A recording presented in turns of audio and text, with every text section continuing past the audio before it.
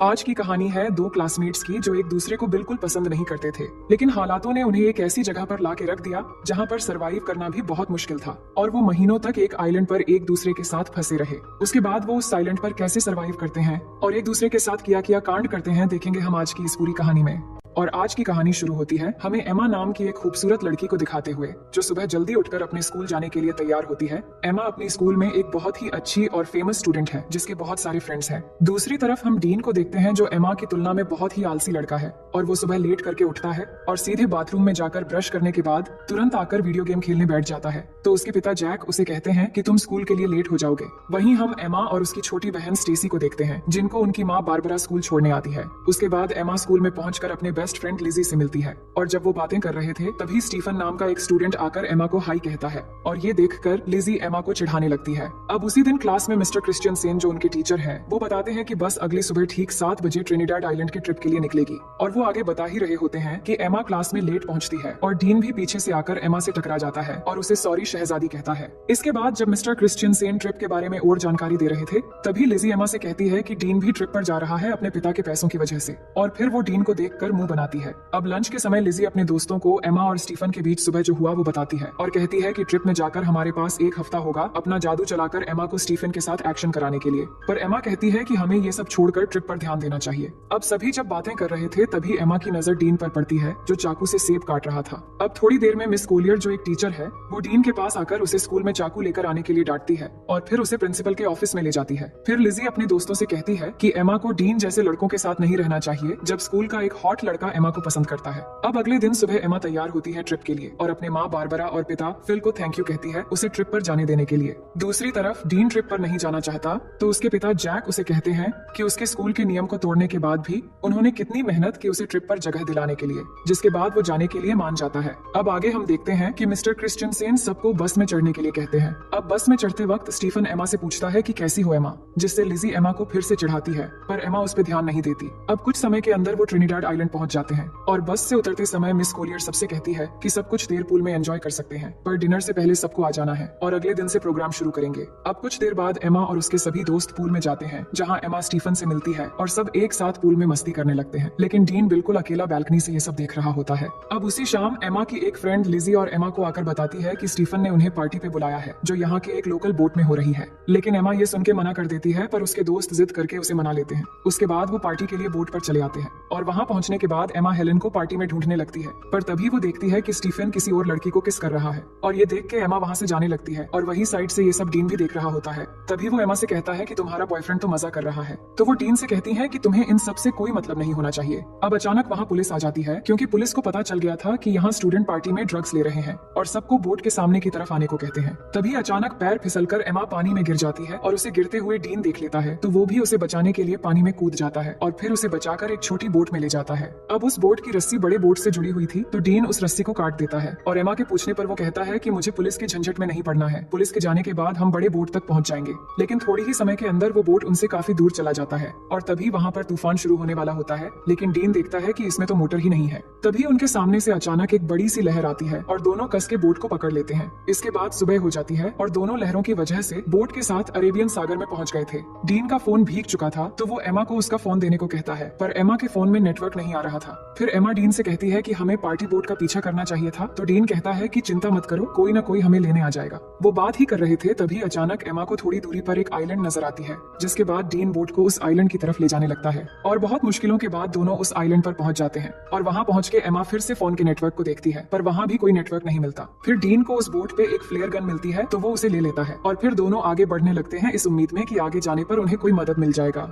दूसरी तरफ होटल में पिछले रात की पार्टी की वजह से मिस्टर क्रिश्चियनसेन ट्रिप को कैंसिल कर देते हैं। तभी लिजी मिस कोलियर से कहती है कि एमा होटल वापस नहीं आई है और उसे लगा कि शायद एमा कल रात किसी और के साथ थी, इसलिए उसने किसी को नहीं बताया, और वो बताती है कि उसने एमा को आखिरी बार पार्टी बोट पर देखा था। इसके बाद मिस्टर क्रिश्चियनसेन सबकी अटेंडेंस लेते हैं तो उन्हें पता चलता है कि डीन भी यहाँ मौजूद नहीं है। अब इससे इनको पता चल जाता है कि डीन और एमा दोनों ग्रुप से मिसिंग है। उसके बाद पुलिस आकर एमा के दोस्तों से पूछताछ करते हैं तो मिस कोलियर पुलिस से पूछती है कि क्या उन्हें ढूंढने का कोई तरीका है, तो पुलिस कहते हैं कि ऐसे केस अक्सर होते रहते हैं, शायद वो खुद से ही वापस आ जाए, लेकिन अगर वो समुद्र में कहीं फंस गए हो तो दोनों को ढूंढना थोड़ा मुश्किल हो सकता है। और ये बात जब डीन के पिता को पता लगता है कि उनका बेटा खो गया है तो ये सुनकर वो तुरंत स्कूल जाते हैं और वहाँ एमा की माँ बारबरा से मिलते हैं। और उसी समय फिल भी वहाँ आ जाता है और यहाँ सब परेशान होकर प्रिंसिपल से दोनों बच्चों के खोने के बारे में पूछने लगते हैं, पर प्रिंसिपल ठीक से कोई जवाब नहीं दे पाते, जिसके बाद वो तीनों वहाँ से चले जाते हैं। वहीं एमा और डीन आगे बढ़ रहे थे और कुछ दूर चलने के बाद उन्हें जंगल के अंदर एक खूबसूरत वाटरफॉल दिखाई देता है। डीन को ये बहुत अच्छा लगता है तो वो एमा को उसका एक तस्वीर लेने के लिए कहता है, पर एमा उसे मना कर देती है। वो कहती है कि हम यहाँ फंसे हुए हैं और तुम्हें यहाँ अच्छा लग रहा है। मुझे इस ट्रिप में प्रोजेक्ट के लिए अच्छे मार्क चाहिए थे। मुझे आगे प्रिंसटन यूनिवर्सिटी में पढ़ना है। अगर हम जल्द से जल्द यहाँ से नहीं निकल पाए तो सब बर्बाद हो जाएगा।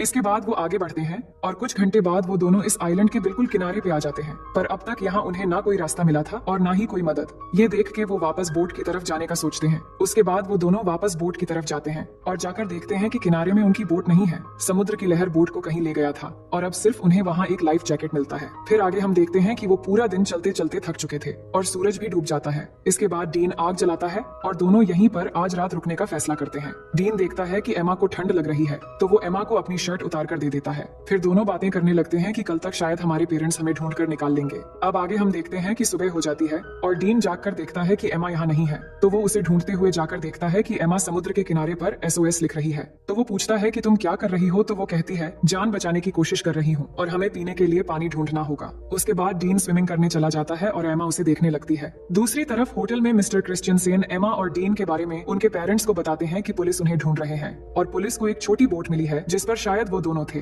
फिर जैक कहते हैं कि अगर पुलिस कुछ कर नहीं पा रही है तो हम किसी प्राइवेट रेस्क्यू टीम को काम पर लगा सकते हैं, पर मिस्टर क्रिश्चियनसेन कहते हैं कि पुलिस अपना काम अच्छे से कर रही है और वो जल्द से जल्द बच्चों को ढूंढ निकाल लेंगे। वहीं हम देखते हैं कि एमा पीने के लिए पानी ले रही है, तभी उसे अजीब सा कुछ महसूस होने लगता है। उसे लग रहा होता है कि उसके आसपास कोई है और उसे देख रहा है, तो वो घबरा कर वहाँ से चली आती है। इसके बाद दोनों मिलकर धूप से बचने के लिए पत्तों से एक छोटी सी झोपड़ी तैयार करते हैं और थोड़ी देर बाद एमा समुद्र के किनारे बड़ा करके SOS लिखती है ताकि रेस्क्यू टीम अगर यहाँ से गुजरे तो वो उन्हें मिल जाए। फिर दोनों को जो भी इस आइलैंड पे खाने लायक मिलता है वो ढूंढ के खाने लगते हैं और डीन को केले का एक पेड़ मिलता है तो वो तोड़ के दोनों पेट भर के खाते हैं। अब इस आइलैंड में गर्मी बहुत होती है और एमा फुल पैंट नहीं पहन सकती और वो पैंटी पहनकर भी नहीं रह सकती, तो वो अपनी फुल पैंट को काट के शॉर्ट कर लेती है। इसके बाद एमा देखती है कि डीन उस झोपड़ी में आकर सो रहा है तो वो भी उसके पास आकर सो जाती है। तभी अचानक डीन एमा की तरफ मुड़ता है और उस पर हाथ रख देता है, पर एमा को ये अच्छा लगता है और वो कुछ नहीं कहती। फिर अगले दिन जब एमा वाटरफॉल में नहा रही होती है तब डीन आकर उससे सनस्क्रीन मांगता है, तो एमा डीन को कहती है कि मैं यहाँ नहा रही हूँ, तुम दूसरी तरफ जाओ। तो डीन कहता है कि तुम ही ने तो मुझे यहाँ पहरेदारी करने के लिए कहा है। ये सुन के एमा कहती है कि इस आइलैंड में कोई और भी है, इसलिए मैंने कहा था।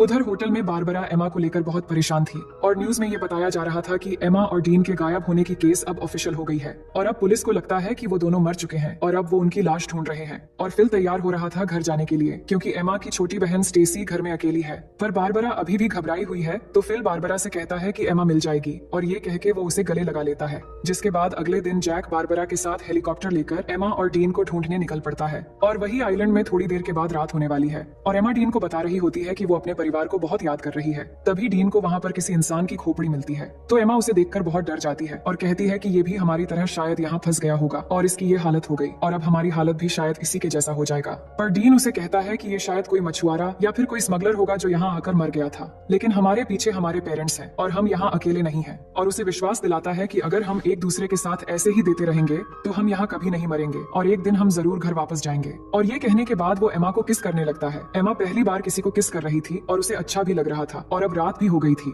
फिर क्या होना था, डीन सारी हदें तोड़ देता है और आइलैंड में एक तूफान आता है और इस तूफान को एमा पहली बार एंजॉय करके बहुत खुश थी। फिर सुबह होने के बाद एमा जाग कर देखती है कि डीन यहाँ नहीं है तो वो डीन को पुकारने लगती है, पर वो उसे नहीं मिल रहा था। तो एमा बहुत घबरा जाती है और उसे ढूंढने के लिए जंगल में चली जाती है और थोड़ी दूर आगे जाकर वो देखती है कि डीन एक गड्ढा खोद रहा है। तो एमा को समझ नहीं आ रहा था कि डीन ये क्यों कर रहा है। तभी अचानक एमा गिर जाती है और उसे घुटने पर चोट लग जाती है, जिसके बाद डीन तुरंत उसकी चोट को ठीक करने लगता है और उसे कहता है कि तुम्हें कुछ नहीं होगा। फिर वो दोनों वाटरफॉल में नहाने लगते हैं और यहाँ डीन एमा को बताता है कि उसकी माँ एक कार एक्सीडेंट में मर गई थी और एमा उसकी बातों को अच्छे से सुनने लगती है। फिर थोड़ी देर बाद वहाँ बारिश होने लगती है और डीन उसमें मस्ती करने लगता है और एमा उसे देखकर खुश हो रही होती है। जिसके बाद दोनों बारिश में डांस करने लगते हैं और डीन एमा के बालों में एक फूल लगा देता है। अब एमा डीन से कहती है कि मुझे फिर से तूफान के मजे लेने हैं। फिर डीन एक बार फिर से तूफान लाने की तैयारी शुरू कर देता है। वहीं अब न्यूज में बताया जाता है कि एमा और डीन के लापता होने की 1 महीना गुजर चुका है और पुलिस को लगता है वो अब जिंदा नहीं रहे, इसलिए पुलिस ने उन्हें ऑफिशियली ढूंढना बंद कर दिया है।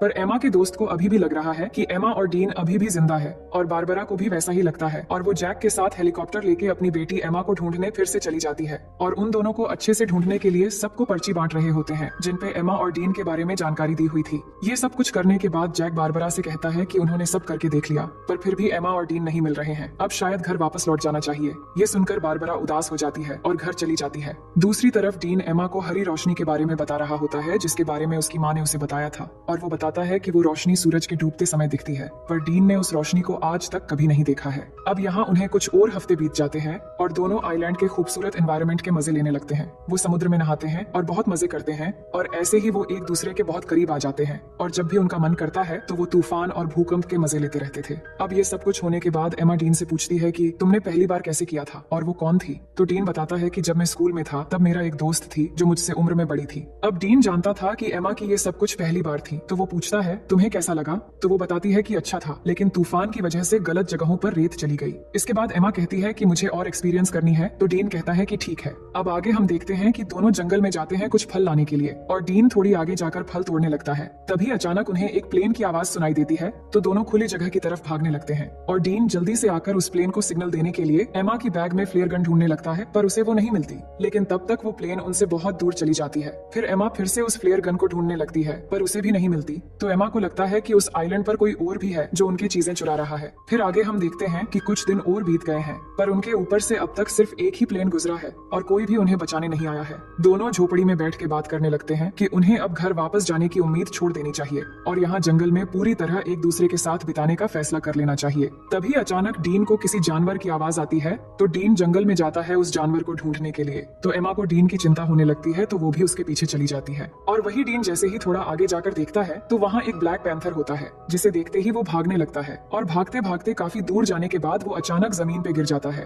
और एमा भागती हुई जब डीन के पास पहुंचती है तो वो देखती है कि डीन के पास खून से लथपथ एक चाकू है और उसने एक ब्लैक पैंथर को मार दिया है। फिर आगे हम देखते हैं कि एमा और डीन के सभी दोस्त और पेरेंट्स उनके बिना ही अपनी जिंदगी की शुरुआत कर लेते हैं और यहाँ एमा और डीन ने भी आइलैंड पर जीना सीख लिया है और इधर ही अपनी जिंदगी गुजारने का फैसला कर लिया है क्योंकि उन्हें जो उम्मीद थी कि उन्हें कोई बचाने आएगा वो भी अब खत्म हो चुकी थी। उन्होंने शिकार करना भी सीख लिया है और यहाँ पर झोपड़ी बनाकर रहते हैं और सभी उम्मीदें छोड़कर खुशी से एक दूसरे के साथ देते हुए दिन गुजारने लगते हैं। फिर एक दिन एमा उल्टियां करने लगती है तो डीन ये देखकर उसे पूछता है कि क्या तुम प्रेग्नेंट हो। तो एमा कहती है कि नहीं, उल्टियां बस ऐसे ही हो गई हैं। इसके बाद एमा अच्छा महसूस करने के लिए डीन के साथ लेट जाती है पर जब वो दोनों बात कर रहे होते हैं तभी एमा की खोई हुई चीजें ऊपर से गिरने लगती है और जब वो दोनों ऊपर देखते हैं तो वहाँ पेड़ पर एक बंदर होता है जो उनके सामान फेंक रहा होता है और वो देखते हैं कि बंदर के हाथ में वो फ्लेयर गन भी है जो डीन को उस दिन नहीं मिला था। तो उस बंदर को एमा एक केला दिखाती है तो वो गन नीचे फेंक देता है जिसके बाद उन्हें ऊपर से एक हेलीकॉप्टर की आवाज आती है तो वो भागते हुए खुली जगह पर आते हैं और एमा गन लोड करके फायर करती है तो वो हेलीकॉप्टर वाले उन्हें देख लेते हैं जिसके बाद वहाँ से उन्हें रेस्क्यू कर लिया जाता है और अब फाइनली दोनों 3 महीने के बाद वापस आ जाते हैं और एयरपोर्ट पे एमा और डीन के दोस्त और पेरेंट्स उनसे मिलकर बहुत खुश हो जाते हैं जिसके बाद दोनों के पेरेंट्स उन्हें अपने अपने घर लेकर चले जाते हैं। अब घर आने के बाद डीन उसी रात को एमा से मिलने जाता है और वो बात करते हैं कि घर वापस आकर कितना अजीब लग रहा है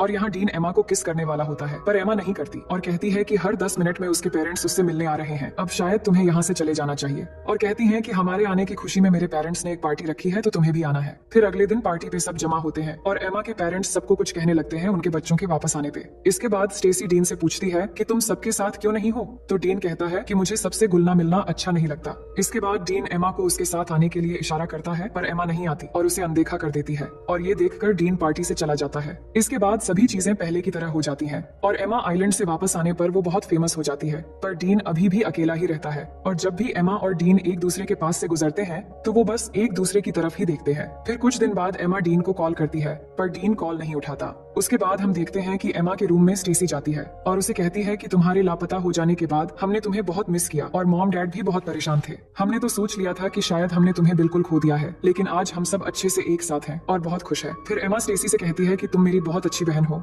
और फिर वो दोनों एक साथ प्रॉम पार्टी में जाने का डिसाइड करते हैं। दूसरी ओर हम डीन को देखते हैं जो अपनी माँ के कब्र पर जाता है और अपनी माँ को मिस करते हुए बहुत रोता है। अब प्रॉम पार्टी की रात डीन टीवी देख रहा होता है तो उसके पिता उसे पूछते हैं कि क्या पार्टी में तुम मेरे कोट पहनकर जाना चाहोगे। दूसरी तरफ एमा पार्टी में अपनी बहन के साथ पहुंच गई थी जिसके बाद लिजी उसके पास आती है और एमा को एक सरप्राइज देने के लिए आगे ले जाने लगती है और तभी एमा देखती है कि बाहर बारिश में डीन कोट पहन के खड़ा है और एमा का इंतजार कर रहा है। ये देखकर एमा आइलैंड की वो सब कुछ याद करने लगती है। इसके बाद पार्टी से बाहर आकर एमा डीन के पास जाती है और यहाँ दोनों बहुत खुश होते हैं और किस करने लगते हैं और इसी सीन के साथ ये कहानी यहीं पर खत्म हो जाती है।